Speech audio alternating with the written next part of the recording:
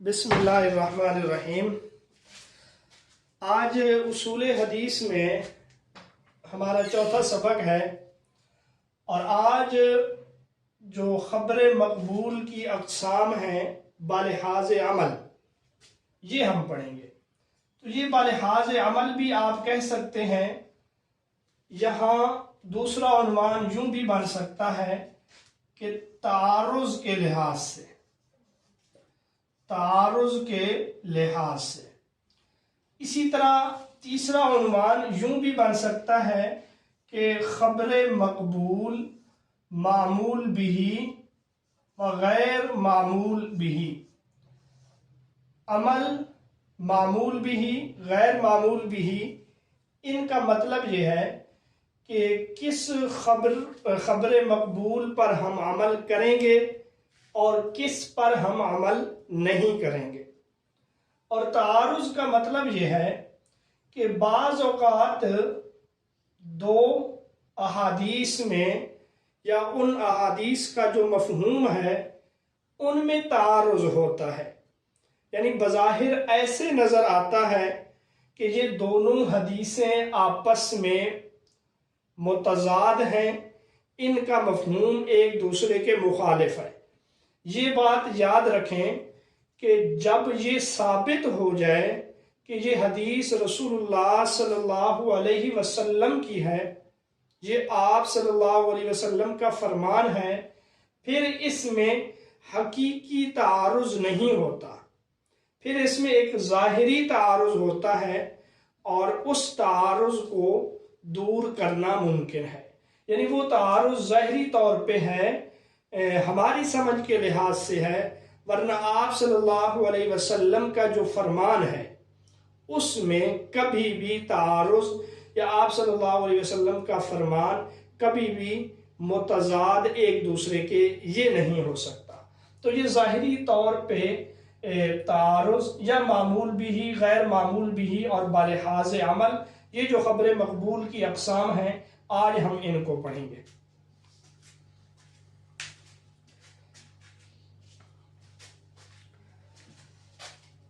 یہ جو کل اقسام ہیں بالحاظ عمل، یہ 7 قسمیں بنتی ہیں۔ پہلی قسم جو ہے اس کا نام ہے محکم۔ 7 قسموں میں سے پہلی قسم محکم ہے۔ محکم وہ حدیث جس کے مقابلے میں یا جس کے مفہوم کے مقابلے میں کوئی حدیث موجود نہ ہو۔ تو محکم کی تعریف ہوگی کہ وہ حدیث جس کے متعارض دوسری حدیث نہ ہو۔ اور آپ صلی اللہ علیہ وسلم کی اکثر احادیث اسی طرح ہیں کہ ان کے مقابلے میں، یعنی اس کے مفہوم کے مقابلے میں کوئی حدیث نہیں ہوتی عام طور پہ۔ اور اس کی مثال اکثر احادیث میں آپ یہ حدیث بھی کر سکتے ہیں کہ انما الاعمال بالنیات، کہ اعمال کا جو دار و مدار ہے یہ نیتوں پر ہے۔ یہ ایک محکم حدیث ہے، کیونکہ اس حدیث کا جو مفہوم ہے اس کے مفہوم کے مقابلے میں کوئی دوسری حدیث نہیں ہے۔ تو پہلی حدیث وہ محکم ہے۔ محکم کا لفظی مطلب ہے پختہ، مضبوط۔ چونکہ یہ پختہ ہے، مضبوط ہے، اس کے مقابلے میں کوئی دوسری حدیث نہیں ہے۔ تو یہ میں بتا دیتا ہوں۔ دوسری قسم ہم پڑھتے ہیں، دوسری قسم کا کیا نام ہے۔ محکم کے بعد جو دوسری قسم ہے اس کو کہتے ہیں مختلف الحدیث۔ یہ بہت اہم ہے، اس کے اوپر باقاعدہ کتابیں لکھی گئی ہیں۔ مختلف الحدیث کی کیا تعریف ہے؟ تو دو متعارض حدیثیں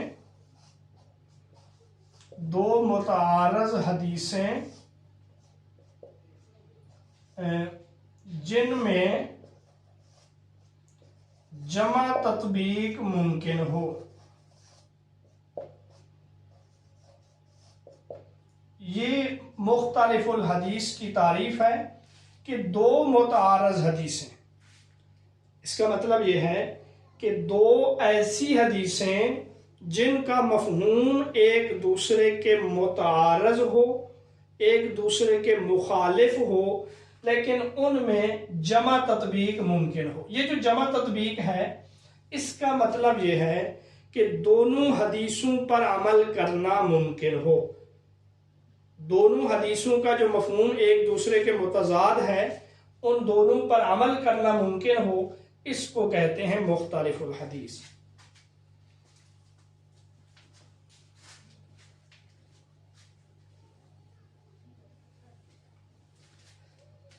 لفظی اعتبار سے اگر ہم دیکھیں تو یہ مختلف اختلاف سے ہے، یہ اتفاق کا ضد ہے، اور اختلاف کا معنی مختلف ہونا، مخالف ہونا، اتفاق کا معنی جمع ہونا، اکٹھ ہونا، تو یہ اس کی اصطلاحی تعریف ہے۔ اب ہم اس کی پڑھ لیتے ہیں مثال۔ اس کی بہت ساری مثالیں ہیں مختلف الحدیث کی، ہم اس میں سے آسان مثالیں پڑھتے ہیں جس سے اس کو سمجھنا ہمارے لیے آسان ہوگا۔ ایک مثال ہے مختلف الحدیث کی، آپ صلی اللہ علیہ وسلم نے میت پر رونے سے منع کیا۔ ایک حدیث ہے، آپ صلی اللہ علیہ وسلم نے میت پہ رونے سے منع کیا۔ دوسری حدیث ہم دیکھتے ہیں، آپ صلی اللہ علیہ وسلم کے صاحبزادے حضرت ابراہیم کا جب وصال ہوا تو آپ کے آنسو نکل آئے، آپ روئے۔ تو صحابہ نے یہ سوال کیا، یا رسول اللہ، آپ نے ہمیں تو رونے سے منع کیا لیکن آپ خود رو رہے ہیں، تو بظاہر تعارض ہے، تضاد ہے۔ تو آپ صلی اللہ علیہ وسلم نے فرمایا کہ یہ آنسو ہیں، یہ محبت کا رونا ہے۔ اب بظاہر جو یہ تعارض ہے ہم اس کو یوں دور کریں گے کہ جس رونے سے آپ نے منع کیا وہ نوحہ کرنا ہے، زور سے رونا ہے، چیخنا اور چلانا ہے، اور جو آپ صلی اللہ علیہ وسلم روئے ہیں یہ آنسو بہانا ہے، اور یہ کسی کی جدائی پر انسان جس سے محبت ہو آنسو بہاتا ہے۔ تو یہ ایک مثال ہے مختلف الحدیث کی۔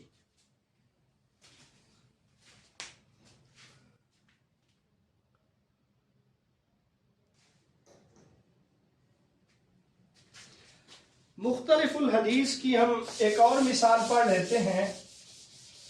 مثلا ایک حدیث میں آپ صلی اللہ علیہ وسلم نے فرمایا، مسلمان کے دوسرے مسلمان پر 5 حق ہیں، ان میں سے ایک یہ ہے تشمیت العاطش کے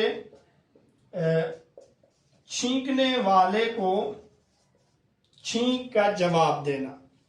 جبکہ ایک اور حدیث ہم دیکھتے ہیں، حضرت انس فرماتے ہیں آپ صلی اللہ علیہ وسلم نے ایک چھینکنے والے کو جواب نہیں دیا۔ اب دیکھیں، ایک حدیث سے پتہ چلتا ہے کہ یہ مسلمان کا حق ہے، اور دوسری حدیث میں آپ نے اس کا جواب نہیں دیا، تو بظاہر ان میں تضاد ہے، تعارض ہے۔ حضرت انس فرماتے ہیں کہ آپ نے جواب اس لیے نہیں دیا کہ اس نے اللہ کی حمد نہیں کی، یعنی چھینکنے پر اس نے الحمدللہ نہیں کہا، تو آپ صلی اللہ علیہ وسلم نے اس کو چھینک کا جواب نہیں دیا۔ تو یہ مختلف الحدیث ہے۔ اس موضوع پر پہلی کتاب جو ہے وہ امام شافعی رحمۃ اللہ علیہ کی ہے، اس کتاب کا نام ہے اختلاف الحدیث، اور اسی طرح ایک اور کتاب ہے جس کا نام ہے تأویل مختلف الحدیث، یہ ابن قتیبہ رحمۃ اللہ علیہ کی ہے۔ مختلف الحدیث کو مشکل الحدیث بھی کہتے ہیں، اور اس کو مشکل الاثار بھی کہا جاتا ہے۔ مختلف الحدیث، مشکل الحدیث، مشکل الاثار جو امام طحاوی رحمۃ اللہ علیہ کی کتاب ہے، تو یہ اس حدیث کے مختلف جو ہیں نام ہیں۔ تو دوسری قسم کو ہم نے تفصیل سے پڑھ لیا، مختلف الحدیث۔ کہ یہاں دو حدیثیں ہوتی ہیں متعارض، ان کا مفہوم ایک دوسرے سے ٹکرا رہا ہو لیکن ان میں جمع تطبیق ممکن ہو۔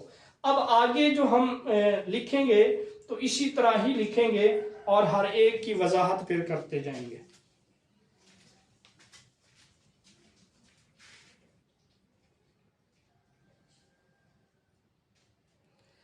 اس کے بعد جو تیسری قسم ہے، تیسری اور چوتھی قسم، اس کا نام رکھا جاتا ہے ناسخ و منسوخ۔ ان کی کیا تعریف ہے؟ اگر آپ کے ذہن میں مختلف الحدیث کی تعریف موجود ہے تو اس کو سمجھنا آسان ہے۔ دو متعارض حدیثیں جن میں جمع تطبیق ممکن نہ ہو، کیونکہ اگر جمع تطبیق ممکن ہو تو پھر یہ مختلف الحدیث بن جائیں گی۔ یہاں سے آگے فرق آ رہا ہے کہ ان میں جمع تطبیق ممکن نہ ہو لیکن تاریخ یا بیان راوی سے ایک کا مقدم اور ایک کا مؤخر ہونا ثابت ہو۔ اب یہاں دو باتیں ہیں، ایک تو یہ ہے کہ جمع تطبیق ممکن نہ ہو، کیونکہ اگر جمع تطبیق ممکن ہے تو اس کو ہم کہیں گے مختلف الحدیث۔ دوسری بات جو ہم پڑھیں گے وہ یہ ہے تاریخ یا بیان راوی سے، یعنی تاریخ سے یا خود راوی کے بیان سے ایک کا مقدم اور ایک کا مؤخر ہونا ثابت ہو، تو جو مقدم ہے اس کو ہم کہیں گے منسوخ اور جو مؤخر ہے اس کو ہم کہیں گے ناسخ۔ اب ہم دوبارہ اس تعریف پر نظر ڈال لیتے ہیں۔ یہاں پر ہے دو متعارض حدیثیں۔ اب یہ جو ہم نے جب پڑھا دو متعارض حدیثیں، تو یہاں سے محکم نکل جائے گا، کیونکہ محکم کے مقابلے میں حدیث نہیں ہوتی۔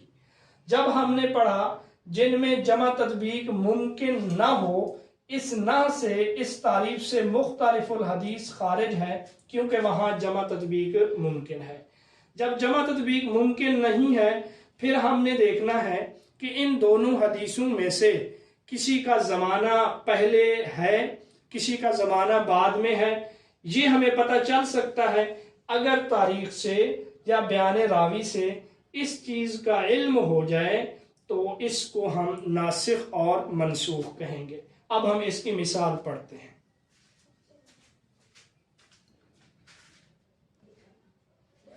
اب یہ جو ہمارے سامنے مثال ہے، آپ صلی اللہ علیہ وسلم کا فرمان کنت نہیتکم عن زیارت القبور الا فزوروها۔ اب اس حدیث میں ناسخ اور منسوخ دونوں جمع ہیں۔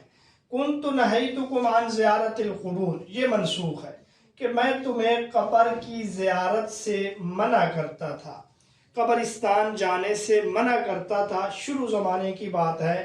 الا فزوروها، یہ حصہ جو ہے اب ناسخ ہے، تو یہ خود آپ صلی اللہ علیہ وسلم کی صراحت سے ثابت ہے۔ اس حدیث میں پہلا حصہ منسوخ ہے اور دوسرا حصہ جو ہے ناسخ ہے۔ ابتدا میں قبرستان جانا منع تھا، لوگوں کے عقائد مضبوط نہیں تھے، پھر اس کے بعد قبرستان میں جانے کی اجازت دے دی گئی۔ تاریخ سے معلوم ہو جائے نسخ کی معرفت یا پہچان تاریخ سے، اس کی مثال ہم پڑھتے ہیں۔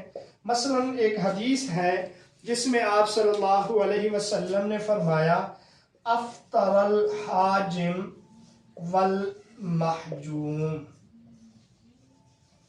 حدیث کا مفہوم یہ ہے کہ حجامہ، جس کو سینگی لگوانا کہتے ہیں، سینگی خون وغیرہ نکالا جاتا ہے، حجامہ یا سینگی لگانے کی وجہ سے لگانے والا اور لگوانے والا ان دونوں کا روزہ ٹوٹ جاتا ہے۔ اس حدیث سے ہمیں یہ پتہ چلتا ہے روزے کی حالت میں حجامہ لگانے سے روزہ ٹوٹ جاتا ہے۔ اس کے راوی ہیں شداد بن اوس رضی اللہ تعالیٰ عنہ۔ دوسری ایک حدیث ہے جس کے راوی حضرت عبداللہ بن عباس رضی اللہ تعالیٰ عنہ ہیں، اس میں یہ ہے ان النبی صلی اللہ علیہ وسلم احتجامہ، کہ آپ صلی اللہ علیہ وسلم نے سینگھی لگوائی، وَهُوَ مُحْرِمٌ، اور آپ احرام کی حالت میں تھے۔ اس کے بعد فرمایا وَهُوَ صَائِمٌ، اور آپ روزے کی حالت میں تھے۔ یعنی آپ صلی اللہ علیہ وسلم نے روزے کی حالت میں حجامہ کروایا۔ اس سے یہ معلوم ہوتا ہے کہ روزے کی حالت میں ایسا کرنے سے روزہ نہیں ٹوٹتا۔ اب ان دونوں حدیثوں میں ہے تعارض، جمع تطبیق ممکن نہیں ہے کہ ہم اس کو مختلف الحدیث کہیں، لیکن ہمیں تاریخ سے پتہ چلتا ہے یہ جو حدیث ہے اس کا تعلق ہے فتح مکہ سے۔ یہ فتح مکہ کے موقع پر آپ صلی اللہ علیہ وسلم نے فرمایا، اور یہ جو ہے اس کا تعلق ہے حجۃ الوداع سے، اور آپ سمجھ سکتے ہیں کہ یہ 2 سال بعد میں ہے اور وہ 2 سال پہلے ہے، تو ہمیں تاریخ سے ایک روایت کے نسخ کا اور دوسرے کے ناسخ ہونے کا پتہ چلا، لہٰذا اب ہم کہیں گے یہ جو ہے یہ منسوخ ہے، اور یہ والی جو روایت ہے یہ اس کے لیے ناسخ ہے۔ تو یہ 2 مثالیں ناسخ اور منسوخ کی فہم اور سمجھ کے لیے کافی ہیں۔ اس کے بعد جو اگلی قسم ہے اس کا نام ہے راجح، اس کا نام راجح اور مرجوح۔ اس کو ہم پڑھ لیتے ہیں، راجح اور مرجوح کسے کہتے ہیں۔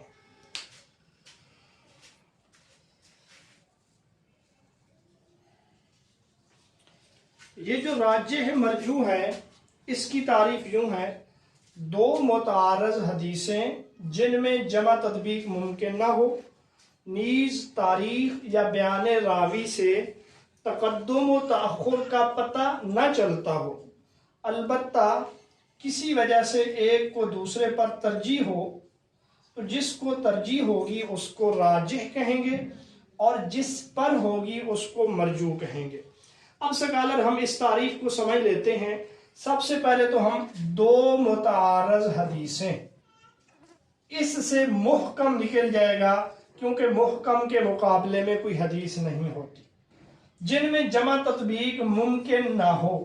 اس نہ ہو سے جو ہے مختلف الحدیث اس تعریف سے خارج ہے، اس لیے کہ وہاں جمع تطبیق ممکن ہے۔ نیز تاریخ یا بیان راوی سے تقدم و تأخر کا پتہ نہ چلے۔ اس تقدم و تأخر سے ناسخ و منسوخ خارج ہو جائیں گے، کیونکہ ناسخ و منسوخ کا پتہ تقدیم و تاخیر سے چل جاتا ہے۔ البتہ کسی وجہ سے ایک کو دوسرے پر ترجیح ہو تو اس کو کیا کہیں گے؟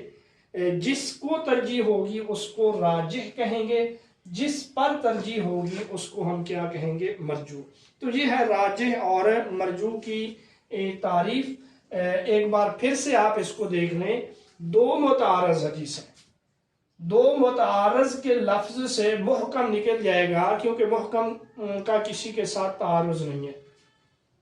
جمع تطبیق ممکن نہ ہو، اس سے مختلف الحدیث نکلے گا، کیونکہ مختلف الحدیث میں جمع تطبیق ممکن ہے۔ تقدیم و تاخیر کا بیان راوی یا تاریخ سے پتہ نہ چل سکے، کیونکہ ناسخ و منسوخ میں اس چیز کا پتہ چل جاتا ہے۔ پھر اس کو ہم کیا کہیں گے؟ جس کو ترجیح ہے اس کو ہم کہیں گے راجح، اور جس پر ترجیح ہے اس کو ہم مرجوح کہیں گے۔ اب سکالر ہمیں راجح اور مرجوح کا پتہ کیسے چلے گا؟ تو راجح اور مرجوح کا پتہ یا تو سند کی وجہ سے چلے گا، سند کی وجہ سے، یا متن کی وجہ سے، یا خارجی دلائل کی وجہ سے۔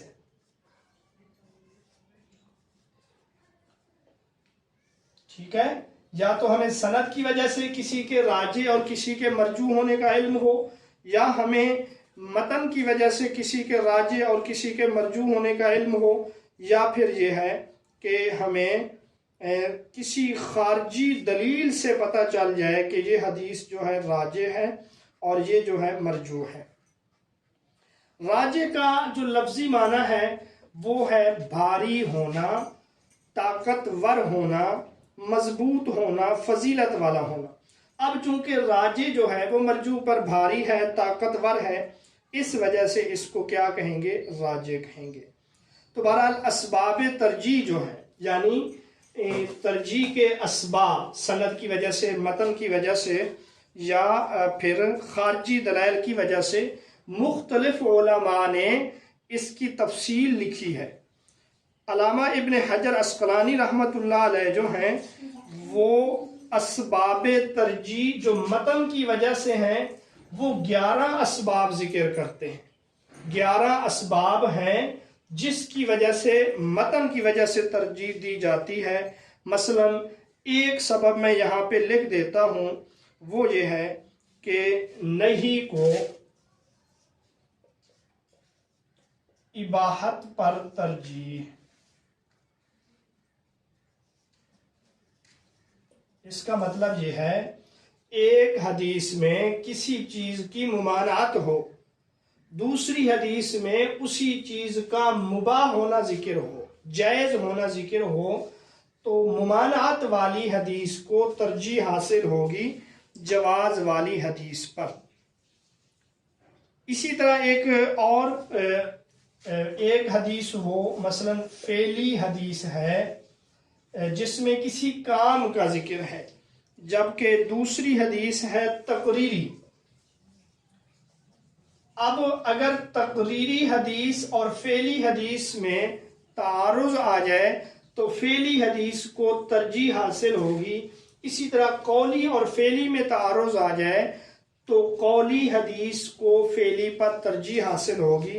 تو علامہ ابن حجر عسقلانی رحمۃ اللہ علیہ نے متن کے اعتبار سے جو ہے 11 اسباب ذکر کیے ہیں، اور سند کے اعتبار سے علامہ ابن حجر عسقلانی رحمۃ اللہ علیہ نے 25 اسباب کا ذکر کیا ہے۔ مثلا ایک سند وہ ہے جو متفق علیہ ہے، یعنی جو بخاری اور مسلم دونوں میں ہے، تو اس کو اس سند پر ترجیح حاصل ہوگی جو غیر متفق علیہ ہے، یعنی جو صرف بخاری میں ہو یا صرف مسلم میں ہو وغیرہ۔ اسی طرح جس حدیث کی سند زائد ہے تو اس کو اس حدیث پر ترجیح حاصل ہوگی جس حدیث کی اسناد جو ہیں کم ہے۔ کل 25 اسباب انہوں نے ذکر کیے ہیں۔ اور اگر ہم خارجی دلائل کی بات ذکر کریں تو خارجی دلائل میں مثلا ایک چیز یہ ہے کہ خلفائے راشدین کے عمل ہو، اس کو ترجیح حاصل ہوگی۔ اسی طرح اگر ایک جگہ پہ کوئی چیز ہے اصل قاعدہ کلیہ، دوسری طرف ہے غالب یعنی اکثر اوقات، تو اصل کو غالب پر ترجیح حاصل ہوگی، کیونکہ غالب اکثر اوقات ہے جبکہ اصل جو ہے وہ ایک قاعدہ ہے، وہ ایک بنیاد ہے۔ تو بہرحال راجح اور مرجوح میں جو ترجیح ہے وہ 3 وجہ سے ہے، سند کی وجہ سے یا متن کی وجہ سے یا خارجی دلائل کی وجہ سے۔ سند کی وجہ سے حافظ ابن حجر عسقلانی نے 25 اسباب ذکر کیے، اور متن کی وجہ سے جو ہے انہوں نے 11 اسباب کا ذکر کیا، اور خارجی دلائل میں انہوں نے 8 اسباب کا ذکر کیا ہے۔ ہم یہاں 1-2 حدیثیں مثال کے طور پہ پڑھیں گے اور آپ کو بتائیں گے کہ اس پر جو ہے ترجیح حاصل ہے۔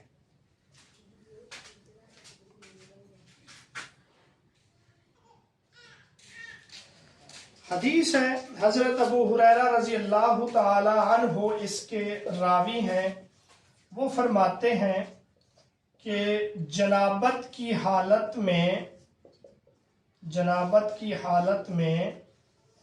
روزہ نہیں ہوتا، جنابت کی حالت میں روزہ نہیں ہوتا، یعنی روزہ رکھنے سے پہلے غسل کرنا ضروری ہے۔ یہ حضرت ابو ہریرہ رضی اللہ تعالیٰ عنہ کا فرمان ہے۔ جبکہ اس کے مقابلے میں حضرت عائشہ رضی اللہ تعالی عنہ کا فرمان ہے کہ آپ صلی اللہ علیہ وسلم جنابت کی حالت میں روزہ رکھتے تھے اور بعد میں غسل کرتے تھے، اور حضرت عائشہ کی تائید میں حضرت ام سلمہ کی روایت بھی ہے۔ اب آپ دیکھیں کہ ان دونوں احادیث میں تعارض ہے۔ حضرت ابو ہریرہ فرماتے ہیں کہ جنابت کی حالت میں روزہ رکھنا درست نہیں ہے، حضرت عائشہ فرماتے ہیں کہ آپ صلی اللہ علیہ وسلم روزہ رکھتے تھے، بعد میں غسل کر لیتے تھے، اور حضرت ام سلمہ سے بھی۔ اب ہم اس کو سند کی وجہ سے ترجیح دیں گے۔ تینوں صحابی ہیں، تو صحابہ جو ہیں سارے عادل ہیں، یہ بھی عادل، حضرت عائشہ عادلہ، حضرت ام سلمہ یہ عادلہ ہیں، لیکن یہاں ترجیح ہے اس وجہ سے کہ یہ ازواج مطہرات ہیں، ان کو اس مسئلے کا زیادہ پتہ ہے۔ اور دوسری وجہ ترجیح یہ ہے کہ حضرت ابو ہریرہ کی تائید میں کسی صحابی سے روایت نہیں ہے، جبکہ حضرت عائشہ کی تائید میں حضرت ام سلمہ کی روایت بھی ہے۔ اور تیسری وجہ ترجیح یہ ہے کہ فقاہت میں حضرت عائشہ جو ہیں وہ حضرت ابو ہریرہ رضی اللہ تعالی عنہ سے بڑھ کر ہیں۔ اب یہاں ہم نے سند کی وجہ سے ترجیح دی ہے، ایک طرف حضرت ابو ہریرہ ہیں، دوسری طرف دو صحابیہ ہیں، اور حضرت عائشہ میں فقاہت بھی ہے، اور اس مسئلے کا ازواج مطہرات کو زیادہ علم تھا، اس لیے ہم نے حضرت عائشہ اور حضرت ام سلمہ رضی اللہ تعالی عنہا والی روایت کو ترجیح دی ہے۔ تو یہ ترجیح کی ایک مثال تھی۔ اسی طرح ایک حدیث ہے جس سے پتہ چلتا ہے کہ بیوہ کی جو عدت ہے وہ 4 ماہ 10 دن ہے، جبکہ حضرت اسماء بنت امیس رضی اللہ تعالی عنہ سے روایت ہے کہ عدت جو ہے بیوہ کی وہ 3 دن ہے۔ اب ان میں تعارض ہے،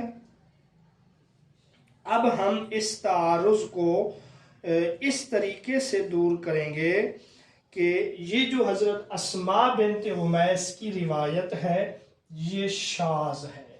یہاں حضرت اسماء بنت امیس جو ہیں وہ ایک صحیح حدیث کے خلاف ہے، لہٰذا حضرت اسماء بنت امیس کی بات درست نہیں ہوگی۔ بیوہ کی جو عدت ہے وہ 4 ماہ 10 دن ہے۔ تو سکالر اب ہمارے سامنے 6 قسمیں آ گئی ہیں، یہ دیکھیں، نمبر 1، نمبر 2، ناسخ 3، منسوخ 4، راجح 5 اور مرجوح 6۔